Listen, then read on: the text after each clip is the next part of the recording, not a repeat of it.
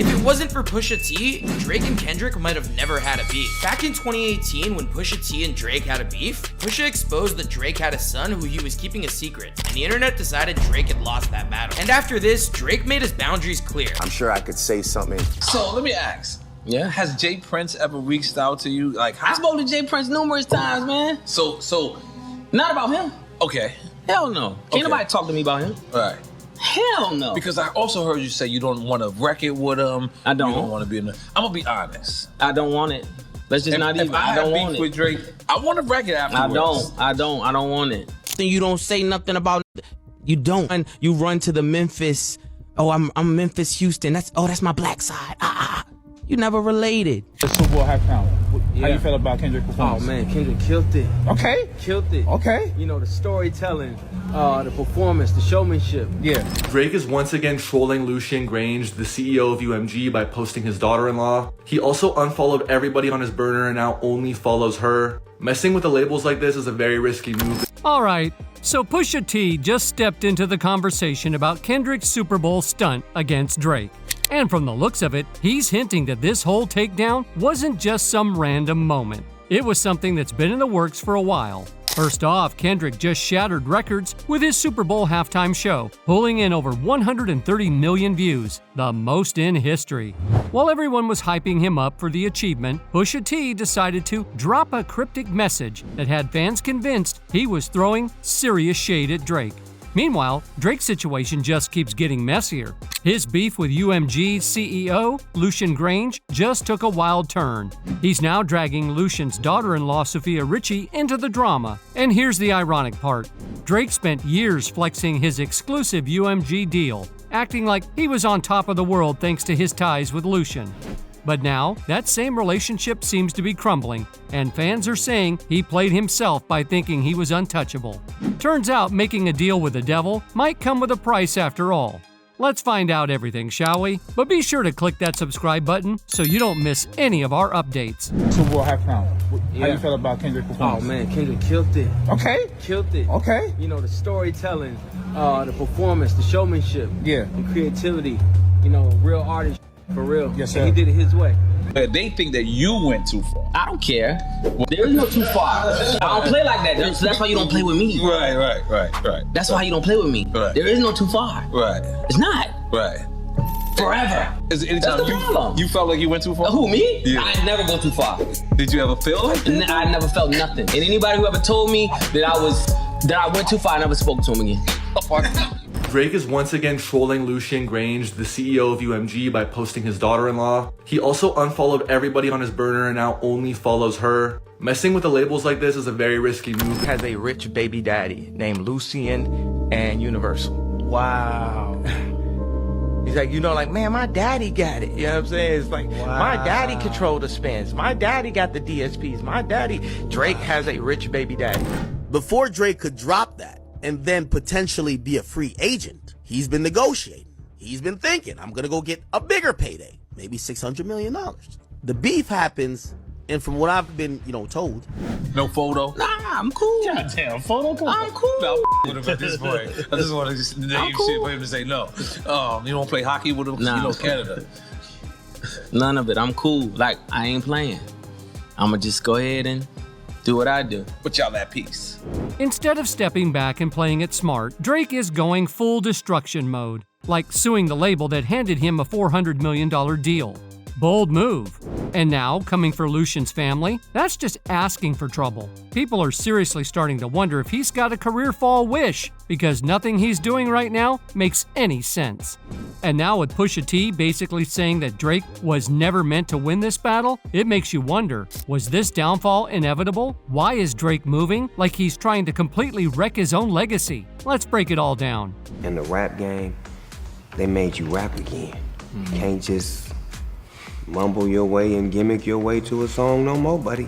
So thank y'all. It must be terrifying. If you're Drake, to think that Kendrick might perform not like us at the Super Bowl halftime show, one of the most watched events in television, period, might be him doing a song he wrote about you. My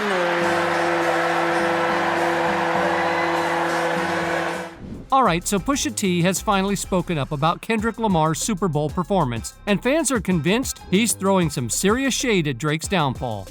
Most people say that you won. So then why are you not willing to say, you know what, I felt attacked, it's over? Because things that I don't speak on and things that I won't speak on have happened since, right? He hopped on Instagram stories to acknowledge Kendrick's big moment, but it wasn't just a casual shout out. His words had people digging for hidden meaning. He kept it short and cryptic, saying, "Mission accomplished, congrats." And of course, that one line had the internet buzzing.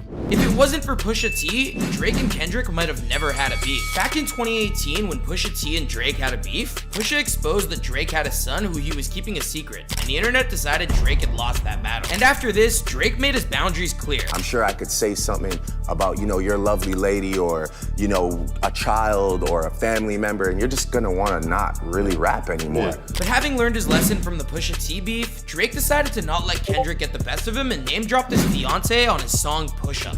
I be with some bodyguards like Whitney, top say drop your little midget ass better And then each of them went back and forth with one more diss track, but then Drake decided to unload the clip and this whole beef became about dirt about each other's family lives. Why you never hold your son and tell him say cheese? We could've left the kids out of this, don't blame me. So without Pusha T, Drake probably would have never brought up Kendrick's family and this beef may not have escalated the way that it did. What do you think? Let me know and follow for all updates. Pusha didn't stop there. He also gave Kendrick his flowers while talking to some paparazzi. He was hyped about the performance, calling it a masterclass in storytelling, showmanship, and creativity. He made it clear Kendrick did things his own way, and that's what makes him a real artist. But let's circle back to that mission accomplished comment. Fans are zooming in on that part, saying Pusha knew exactly what he was doing. People believe he was hinting that Kendrick just delivered the final blow to Drake, something Pusha had already set in motion years ago. I feel like if it was just a rap thing and it was what it was, that was cool. You think that they went too far when they mentioned your lady name? Or where was it the point where it was like, this is it? Like, I don't really. Let's not forget, back in 2018, Pusha was the first to crack Drake's untouchable image with the story of Adidon. That track didn't just expose Drake's secret son, it completely shifted how people saw him. Fast forward to now, and with Kendrick hitting Drake back to back, while Drake seems to be self-destructing, it's looking like this was never random. Fans are saying this might have been the long game all along, slowly stripping away Drake's golden boy status once and for all. Super Bowl halftime. How you feel about Kendrick's performance? Oh man, Kendrick killed it. Okay. Killed it. Okay. The storytelling, the performance, the showmanship, the creativity. Real artist, for real. Yes, sir. And he did it his way.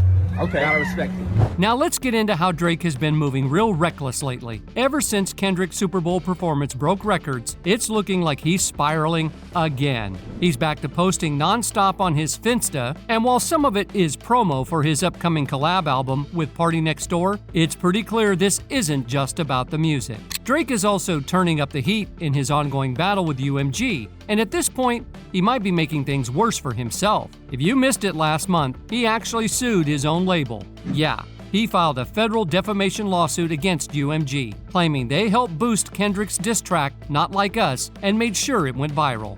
He's basically accusing UMG of working with streaming platforms to inflate the numbers and allowing a song with serious accusations against him to spread like wildfire. And let's be real, taking a rap beef to court instead of just responding to Kendrick was already a wild move. But now, Drake is making it personal. Drake is once again trolling Lucian Grange, the CEO of UMG, by posting his daughter-in-law. He also unfollowed everybody on his burner and now only follows her. Messing with the labels like this is a very risky move. It has a rich baby daddy named Lucian and Universal. Wow. He's like, man, my daddy got it. You know what I'm saying? It's like, my daddy controlled the spins. My daddy got the DSPs. My daddy, Drake has a rich baby daddy. And just like he always does when he's got a problem with a man, he's dragging the women around them into the mess. This time he's targeting Sophia Richie Grange, who just happens to be married to Lucian Grange's son, Elliot. On February 11th, he took things up a notch by posting a picture of Sophia wearing an OVO shirt on his other Instagram page. And get this, she's now the only person he follows from that account. talked to a UMG executive earlier today, and you know, he was like, bro, I ain't gonna lie, I don't know this to be the case, but it seemed like he trying to get out his deal. This is like a strategic play to get out his deal. But this move is already backfiring big time. Fans are calling him out, saying he's proving, yet again, that he has zero self-awareness and has learned absolutely nothing from this beef. And instead of going directly at Kendrick or Lucian, he's now targeting someone who has nothing to do with the drama. So what's the plan here, Drake? Here's where things get even messier. This isn't the first time Drake has taken shots at women instead of dealing with the men he's actually beefing with. It's kind of becoming a pattern at this point. When he had issues with Meek Mill, he went after Nicki. With Pusha T, he brought up Pusha's fiancée, Virginia. Against Kendrick, he keeps bringing up Whitney. Then there was DJ Mustard. Drake took a jab at his ex-wife. And when Mos Def made a comment about his music being pop, Drake didn't respond to him, but instead he followed Mos Def's daughter right after she turned 18. And now, in his ongoing war with Lucian Grange, he's coming for Lucian's daughter-in-law. Keep in mind, she's 12 years younger than him, married, and just had a baby 8 months ago. With all the allegations swirling around Drake and young women, you'd think he'd be extra careful about not involving women and kids in his drama. But nope, it's like he can't help himself. And at this point, fans are calling it like they see it. Despite all the talk from his fan base about him being unbothered, it's becoming pretty obvious that he's spiraling. And judging by how things are going, it's only downhill from here. One fan pointed out how reckless Drake is being, saying he knows how aggressive his fan base can be. By posting Sophia, who's just minding her own business with her baby, he basically sent his obsessed fans straight to her comments. And someone else called him out for messing with the wrong people, pointing out that Sophia isn't just Lucian's daughter-in-law, she's also Lionel Richie's daughter. They joke that Drake's fans have no idea what they're in for if he keeps poking at powerful families. But let's take a step back. What's really going on between Drake and Lucian? Because that seems to be the real reason behind this meltdown. Drake is apparently convinced that Lucian plotted against him, which is a wild theory considering he was UMG's biggest moneymaker for years. But now, some of his fans are trying to spin this lawsuit into some revolutionary act, like he's standing up for independent artists against the evil music industry. Let's be real, Drake had no problem being Lucian Grange's golden child when it worked in his favor. He flexed that special treatment every chance he got, constantly bragging about how his deal was different from everyone else's. He even dropped Lucian's name in multiple songs, acting like their relationship made him untouchable. Billionaires talk to me different when they see my pay stuff from Lucian Grange. Who the CEO of Universal, they're mistaken, cause Google's saying Lucian, but that just doesn't make sense. Before all this drama with Kendrick, Drake wasn't just another artist under UMG, he was the guy. Back in 2021, he secured one of the biggest music deals ever, rumored to be worth $450 million. And Lucian made it clear that Drake could have whatever he wanted. Drake even referenced this in his track Stay Schemin', where he basically told Lucian he was tearing holes in his budget. And when Lucian was asked in an interview if Drake ever actually called him up for more money, Lucian didn't even hesitate. He straight up admitted that whenever Drake needed funds for a project, he made sure he got it. On Stay Schemin', Drake says, "Tell Lucian I said I'm tearing holes in my budget." Tell Lucian I said I'm tearing holes in my budget. Did Drake call you up after that and say, "Hey, I need more money for my project"? If ever Drake or whenever Drake calls up and says he needs more money for his project, I give it to him. So what changed? There are a few theories floating around about what really caused this fallout between Drake and Lucian. Some believe Drake got too comfortable as UMG's top moneymaker and decided to test his luck. According to reports, he tried to renegotiate his deal and asked for a wild $600 million. But here's where he messed up. He forgot who actually runs the business. No matter how successful he was, Lucian was still the boss. And Drake, he was just another artist under contract. So Drake, supposedly in this $400 million deal, he had one more deliverable, which is the Party Next Door album. Now, prior to the beef in May, there was going to be a last project that would then catapult Drake into his next deal. It's like basketball. These guys are like restricted free agents, right? You don't let them become a free agent before you negotiate and lock them into another deal. What happens is when you're at your last project, y'all start talking. It's like contract year. Think about NBA. All right, you playing basketball. Sometimes they be like, yo, I'm too injured to play. When it's contract year, you suck up that injury, you got to play because you want that bigger contract next. Here's the interesting thing. Before Drake could drop that and then potentially be a free agent, he's been negotiating. He's been thinking, I'm going to go get a bigger payday, maybe $600 million. The beef happens, and from what I've been, told, the conversations have severely not gone in Drake's favor. The re-upping or whatever, it's just not what Drake would think. One theory making rounds is that Drake's last obligation under his massive UMG deal was a project with Party Next Door. Before the beef with Kendrick even started, the plan was to drop that album and then move on to negotiating his next big deal. But with the way Drake has been moving lately, it looks like he might have fumbled the bag. Before Drake could wrap up his last obligation to UMG and officially become a free agent, he was already in talks to renegotiate. The plan? Secure an even bigger payday, something in the range of $600 million. But then, the beef with Kendrick happened. And according to sources, those negotiations have not been going in Drake's favor. Apparently, the re-up deal isn't looking anything like what he expected, and things are just not working out the way he thought they would. But here's another theory that's making waves. Some fans think this whole mess might actually be connected to Diddy's legal troubles. So let's rewind a bit. Last year, Lucian Grange's name popped up in one of the lawsuits against Diddy. Remember that case filed by producer Lil Rod? Well, it wasn't just aimed at Diddy. It also made some serious accusations against Lucian and UMG. Lil Rod claimed that Lucian and Diddy's relationship went beyond just business. He alleged that Lucian had been seen visiting Diddy's homes in Miami and LA.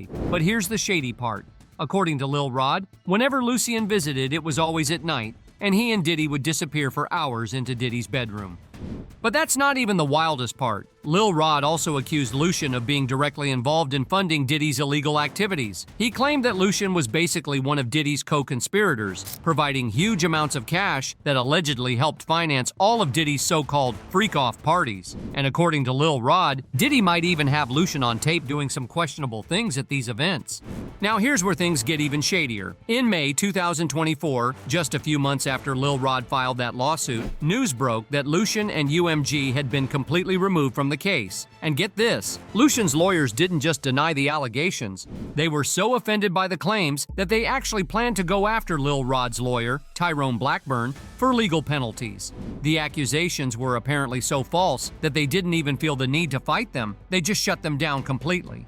Lucian Grange and Universal Music Group are now dropped from the Diddy lawsuit. Tyrone Blackburn dropped them from the lawsuit with prejudice after the attorneys for Universal Music Group and Lucian Grange said that the accusations were so offensively false that they plan to seek legal penalties directly against the lawyer Tyrone Blackburn and not even the accuser. And I feel like the only reason that Tyrone Blackburn dropped them from this lawsuit is because he knows how good of attorneys these actually are, and they're backed by Universal Music Group and Lucian Grange, so there's some big money behind them. And some people are saying that the only reason Tyrone Blackburn dropped Lucian and UMG from the lawsuit is because he knew he was up against some of the most powerful attorneys in the industry. Let's be real. When you're backed by Universal Music Group and Lucian Grange, you've got big money on your side.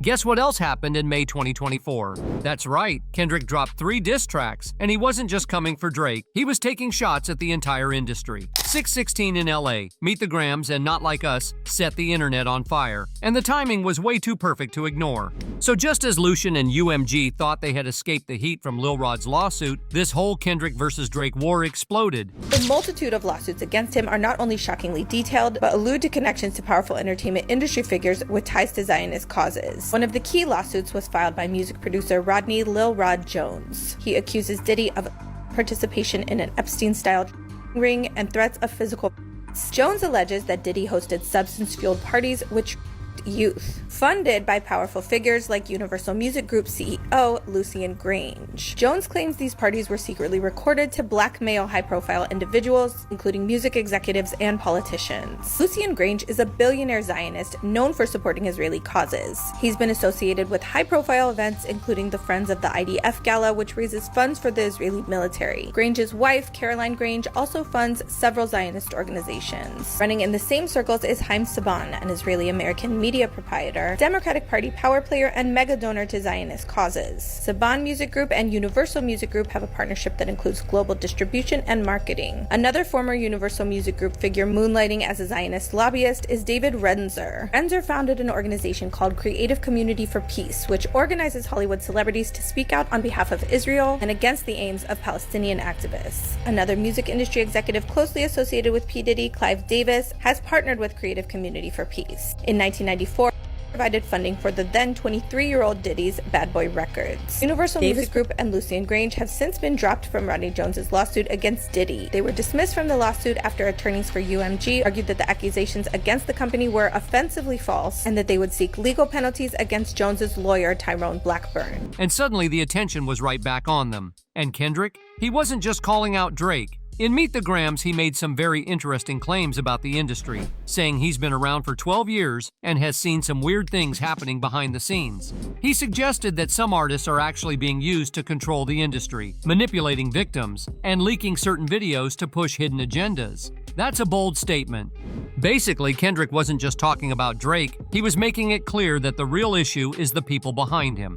He was implying that some higher-ups in the industry might be running a whole operation, and that certain artists like Drake are just being used to keep everything in check. And you know UMG was watching this all unfold, especially Lucian. The last thing he needed was his name getting mixed back into allegations after working so hard to clear himself from Lil Rod's lawsuit.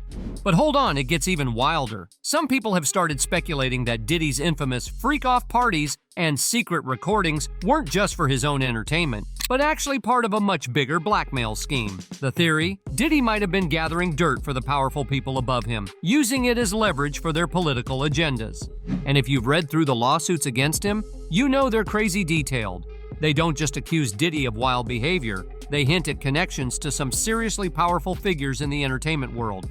Music producer Rodney Lil Rod Jones is at the center of it, accusing Diddy of running an Epstein-style operation and even making threats of physical harm. According to Jones, Diddy hosted wild, substance-fueled parties. But here's where it gets even crazier. He claims these parties weren't just for fun. They were actually being secretly recorded to blackmail high-profile figures, including music executives and politicians. And guess who Jones says was helping fund these parties? None other than Universal Music Group's CEO, Lucian Grange.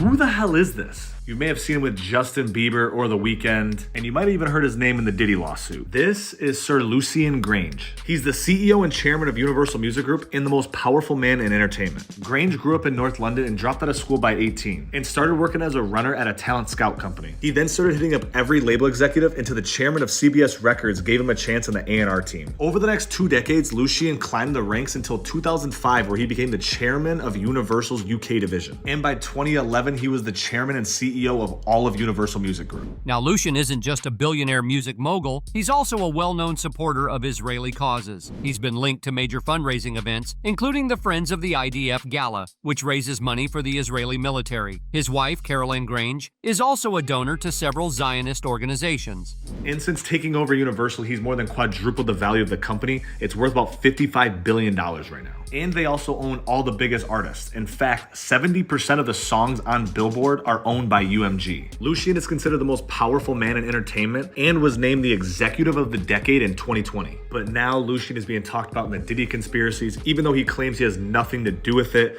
People think if he didn't know about it. But Lucian isn't the only one moving in these circles. Enter Haim Sabin, a powerful Israeli-American media executive, Democratic Party insider, and massive donor to Zionist causes. His company, Saban Music Group, has a partnership with UMG for global distribution and marketing, keeping him closely tied to Lucian. Another key player?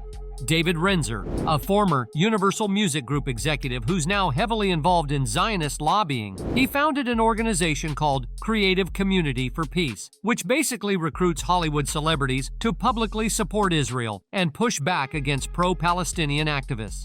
And let's not forget Clive Davis. He's another big name in the music industry with strong ties to P. Diddy. Not only did he help fund Bad Boy Records back in 1994 when Diddy was just 23, but he's also worked with Creative Community for Peace. A lot of people are curious about the status of P. Diddy. Status of what? P. Diddy. Diddy. The status of What do you make of that situation?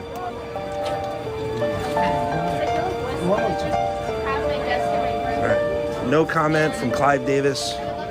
But here's something interesting. On October 8, 2023, Diddy publicly voiced his support for Israel on social media. That same month, he reportedly signed the No Hostage Left Behind letter, thanking President Biden for his leadership on the situation in Gaza. So after Lucian barely managed to dodge the Diddy drama, the last thing he wanted was for the whole Drake versus Kendrick beef to drag him right back into it. And that's exactly why some people believe Lucian told Drake to stay quiet after Not Like Us dropped. But instead of listening to his boss, Drake decided to go against him, basically biting the hand that fed him for years. He felt disrespected, embarrassed, and probably blindsided, especially after all that time when UMG and Lucian made him feel untouchable. The problem? Drake knew he couldn't out-rap Kendrick. So instead of fighting with bars, he made a wild move. He took his own label to court. He sued UMG for defamation, claiming they let Kendrick release Not Like Us and profit off false accusations. But now people are saying this lawsuit might be the biggest risk of Drake's career. UMG is the biggest label in the industry, and if history has taught us anything, it's that no artist, not even Drake, is bigger than the system. Taking them on is a fast way to get knocked down. Well, let's talk about it. What do you think about all these weird moves Drake has been making? Like posting Lucian Grange out of nowhere. Is he just spiraling, or is there something bigger happening behind the scenes? What really went down between Drake and Lucian? And do you think Drake has a shot at bouncing back to his former glory? Let me know in the comments. And don't forget to like and subscribe for more juicy celebrity updates.